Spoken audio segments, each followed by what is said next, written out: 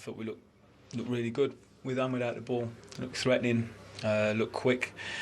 And then we started playing into their hands. We were a few loose with some passes, gave some balls away, which is what they thrive off and what they're very good at. And I thought then the second half of the first half then we caused ourselves problems.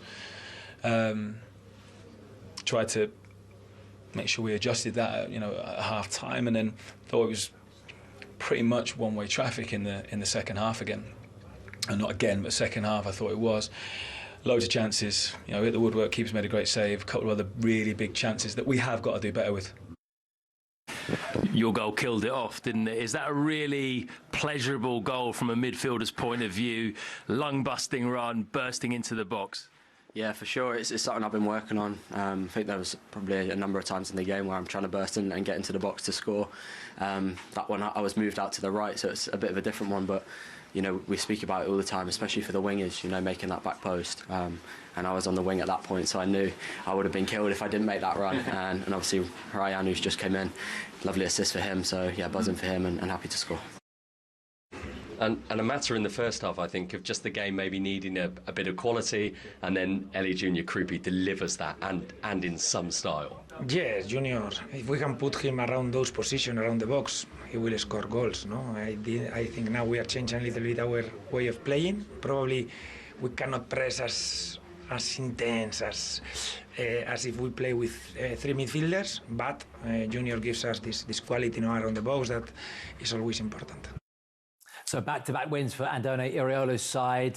Bournemouth, of course, after beating Liverpool last time out. And what a goal to put them in front from Juni Krupi. What a strike. It was a fantastic strike. Keeper's got no chance, full of confidence, full of belief. They win the ball back really well, Bournemouth, and then look to get into a dangerous position. They play the ball 1-2, and then the touch, and then the technique and the finish to get that on target with the power that he does. It's a brilliant finish. It's such a clever goal.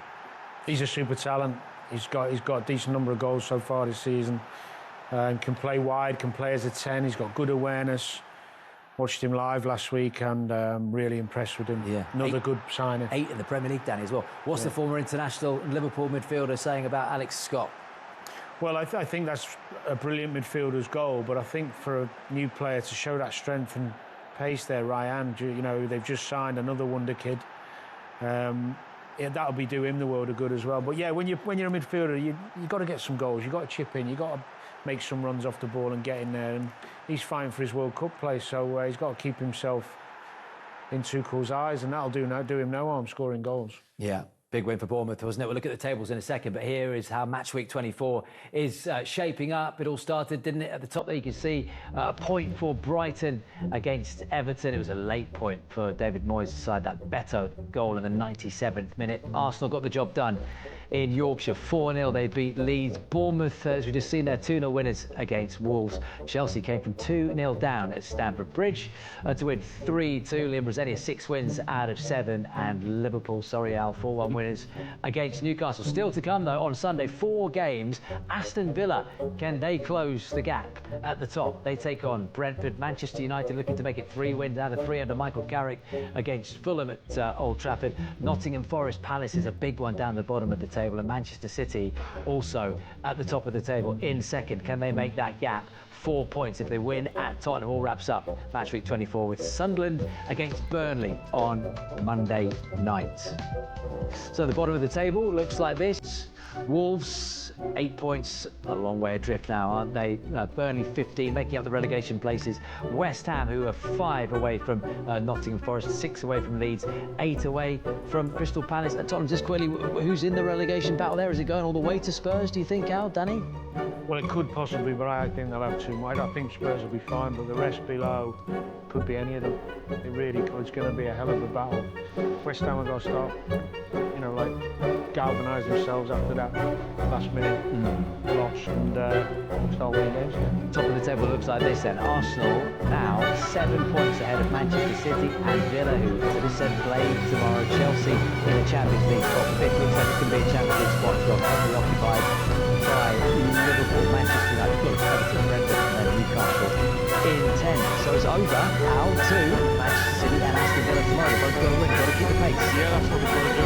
Arsenal have made a statement today after a bit of a tricky time of late in the way they defended last weekend, but it was a great response today, and they've basically said, over to you guys, over to you, City and Villa, see what you can do. They'll be watching closely. Aston Villa in the title race, Danny, for you? Because Yeah. even some of the Villa fans I speak to say, I don't think it's too early for us. Is that just they're trying to keep it quiet? I think with 14, 15 games to go and the quality they've got, and they've made a couple of new signings as well, they'll feel like they're in it. Why not? We've seen it before.